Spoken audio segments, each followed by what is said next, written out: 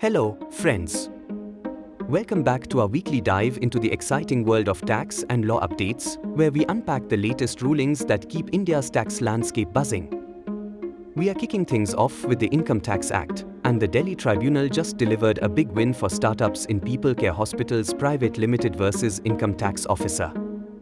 Imagine a company issuing shares at a premium to 6 investors, only for the taxman to flag it as suspicious under Section 68, claiming the funds were unexplained. The company fought back, armed with a valuation certificate under Rule 11 UA, 2B, and airtight documents proving who the investors were, their financial credibility, and the deal's legitimacy. The tribunal agreed, wiping out the tax addition.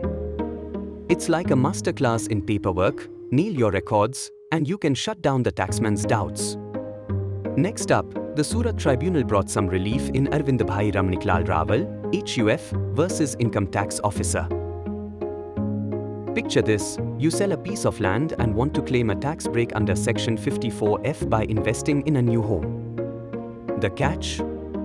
You signed an agreement of sale with possession for a residential property within the allowed time, but the final sale deed got delayed.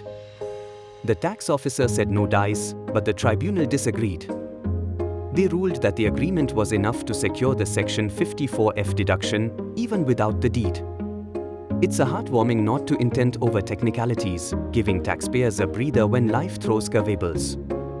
Then, the Jaipur Tribunal clarified things in Derewala Industries Limited versus Assistant Commissioner of Income Tax.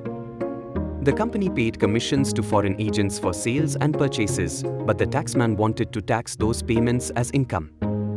The tribunal stepped in, saying, "Hold up, if the commissions were paid to non-residents for services performed outside India, they don't count as taxable income in India." It's a savvy win for businesses going global, proving you can save on taxes when deals happen across borders. Now, let's switch gears to GST law, where the Guwahati High Court made a stand for fairness in a recent case. An assessee was hit with a summary order under Section 73, but here's the kicker: no show-cause notice was issued, and their request for a hearing was ignored. The court wasn't having it. Citing a prior ruling in Construction Catalyzers Private Limited versus State of Assam, they sent the case back for a proper redo with all due process. It's like hitting the reset button to ensure taxpayers get a fair shake. The Bombay High Court also stirred things up in a case challenging a GST adjudication order dated 6 January 2025. The petitioner argued that GST shouldn't apply to assigning leasehold rights and buildings to a third party. Since similar disputes were already pending in court with show-cause notices on hold, the court stayed this order too, setting a hearing to dig deeper. It's a classic "let's pause and figure this out" move, giving businesses breathing room while the law catches up. Finally, the Telangana Authority for Advance ruling dropped a tough one. If your factory's finished goods get destroyed in a fire, the input tax credit you claimed on the raw materials used to make them has to be reversed. It's a harsh reality check for businesses dealing with unexpected losses, reminding us that GST rules don't bend, even for accidents. That's your weekly tax update, packed with courtroom victories and GST lessons.